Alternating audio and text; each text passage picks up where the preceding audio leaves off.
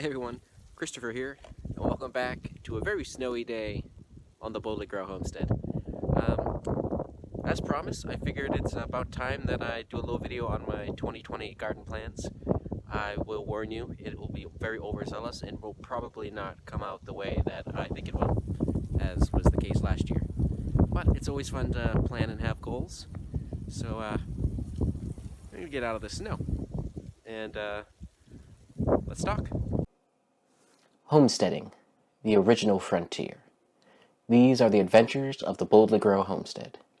Its continuing mission to coexist with the environment, to find new plant varieties and new inspirations, to boldly grow like no one has grown before. Alrighty, so to start, let me apologize. This video was supposed to come out quite a little while ago, but the day I started putting it together, my computer died, and so I've had to wait a couple weeks to replace that. But for this video, I want to talk about the side garden plan, and then I'll do a video on the main garden plan later on. But if you recall from my videos last year, if you're new, the side garden, it's on east facing side of the house. It's about 18 feet long, 2 feet deep. And last year I had my green beans, my sugar snap peas, cucumbers. I tried squash over there. I grew my pumpkins over there. The idea was that I'd put all my vining plants there that might take up a bit more space, and then I'd put everything else in the main garden. Well, as you may have recalled from some of my previous videos, the squash didn't do so well. I think it got too warm over there, especially with the radiating heat off the house. So this year I'm going to do something different. I'm going to put, as probably makes sense in hindsight, but I'm going to put more of my heat-loving plants over here. The tomatoes, the peppers, eggplants, ground cherries, okra, things like that. The other part of the side garden plan, and it's something that I sort of tried last year with minimal success due to slugs, is this is where I'm going to put most, if not all, my sunflowers. The plan is to put them along the very back wall, behind the tomatoes, peppers, etc. It'll add a nice, beautiful backdrop. It'll bring in the pollinators, and it won't completely block that radiating heat from the wall, but it might, help muffle it enough that it won't overdo the heat for the rest of the plants. Now, last year I only had the Lemon Queen sunflower, of which one actually made it. The slugs kill the rest as seedlings. But this year I have, at least at the present moment, 4 varieties: Lemon Queen, the Teddy Bear sunflower, the gigantic gray striped sunflower, and then the gold coin sunflower, which, if you can figure out why that is funny to me, I'll give you a hint. Look at my name. But if you can figure that out, leave that in the comments below.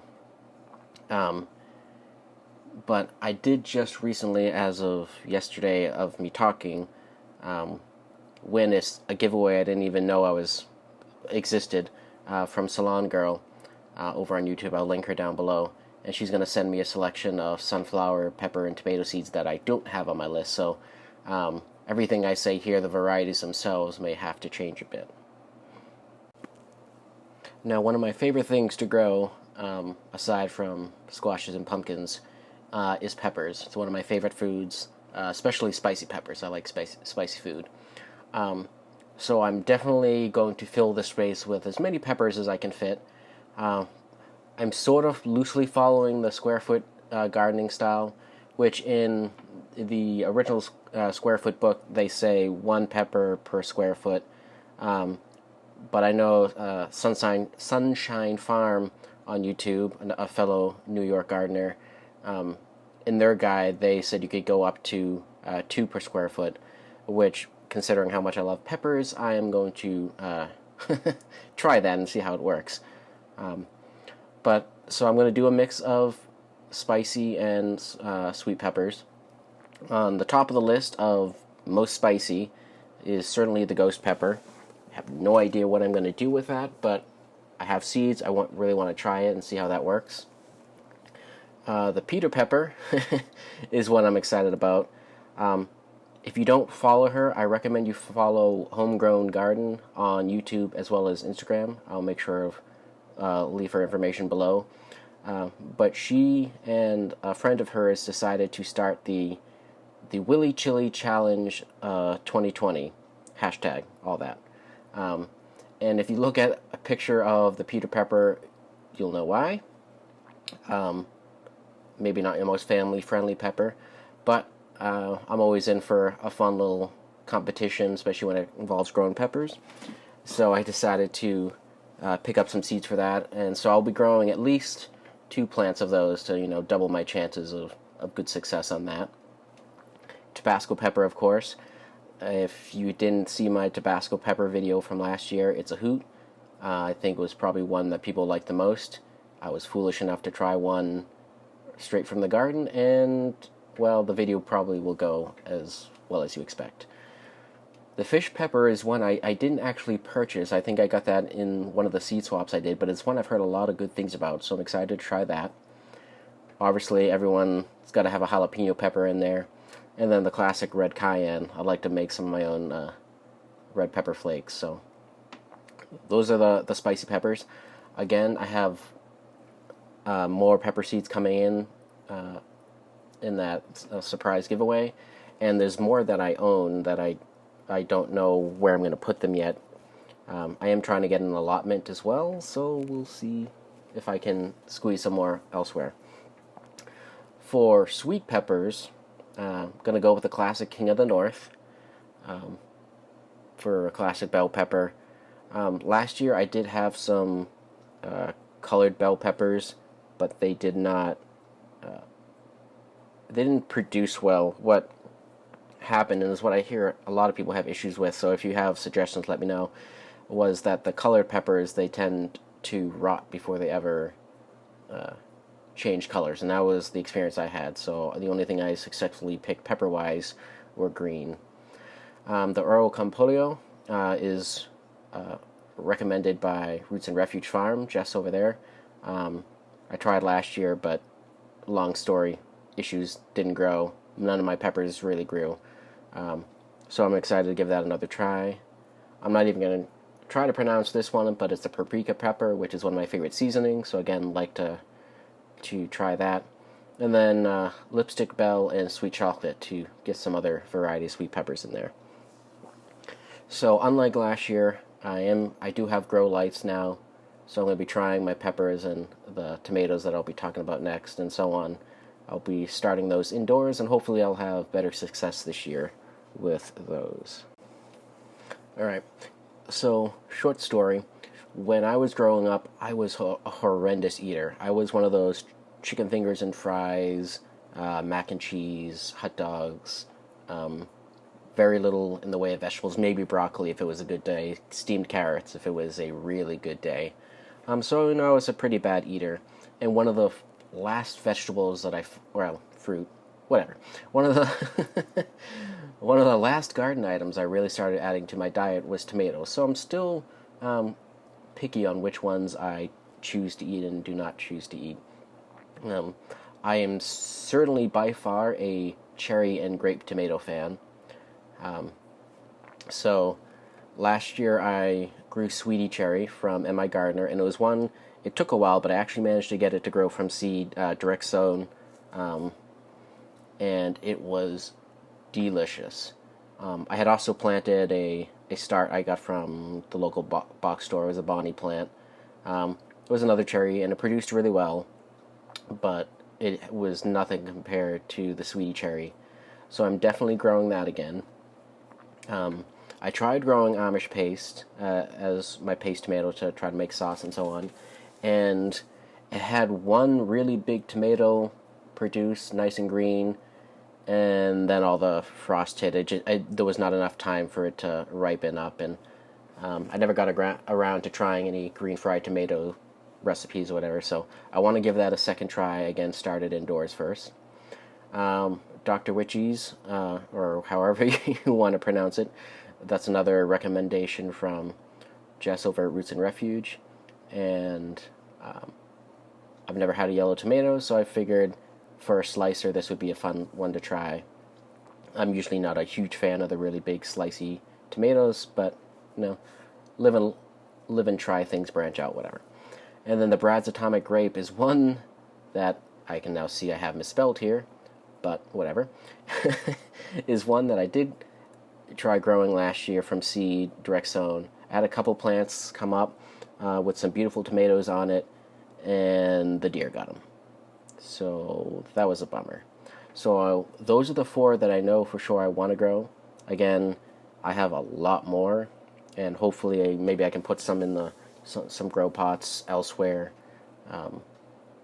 or maybe in the allotment if I manage to get that. But those are the 4 tomatoes that I definitely plan on growing. Alright, now for the miscellaneous heat-loving plants. So for eggplant, last year I didn't have any success from seed, so I had bought a classic Black Beauty start from local box store, and it did pretty well. I got 2 or 3, considering I had it in a semi-shady spot over in the main garden, and I did have it late in the season. I was pleased enough, and the eggplant off it was delicious, far better than anything store-bought. And I don't have seeds for the classic Black Beauty eggplant, I don't believe. But in any case, what I do have is the apple green eggplant, which I got from the seed exchange this past December. Ping Tung Long, which is one I had bought and tried last year, but again, didn't work out.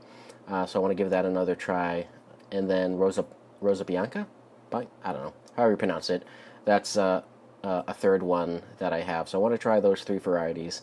Unfortunately, I think that only means 1 plant for each in my current situation. Unless you guys think I can squeeze more into a square foot. I don't know. Let me know below. For okra, I did have 2 plants produced last year of the Clemson spineless, but again, late start, direct sown in the ground, not ideal in zone 5B. They like the nice warmness.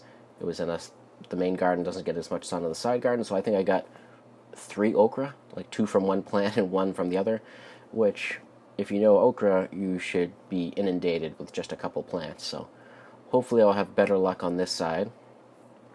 And then Aunt Molly's ground cherry. Now had no success with the ground cherry. I think I sprouted and then fizzled out either by slugs or something else. But I've never eaten a ground cherry before, and everyone raves about them. I think it's Maya over at Roots and Refuge likes to call it nature's candy, something like that. So I really want to try it.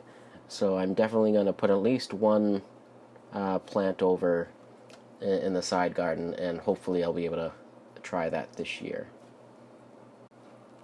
Yeah, so that's the very basic plan for the side garden.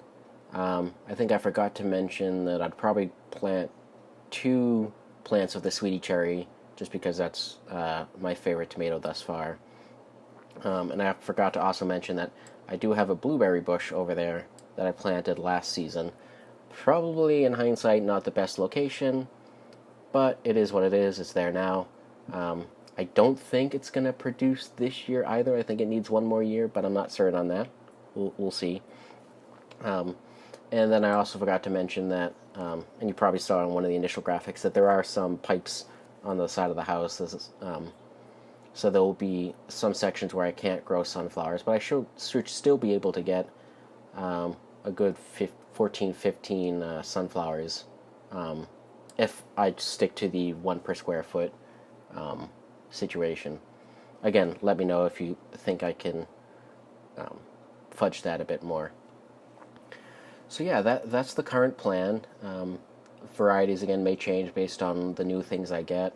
I'm going to hopefully add some more peppers and tomatoes to pots elsewhere, maybe in the allotment if I get that. I have a meeting about that on March 5th.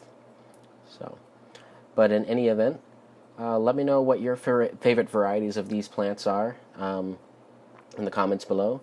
and any other thoughts you have. And thanks for watching, and don't forget to share, like, subscribe, and boldly grow.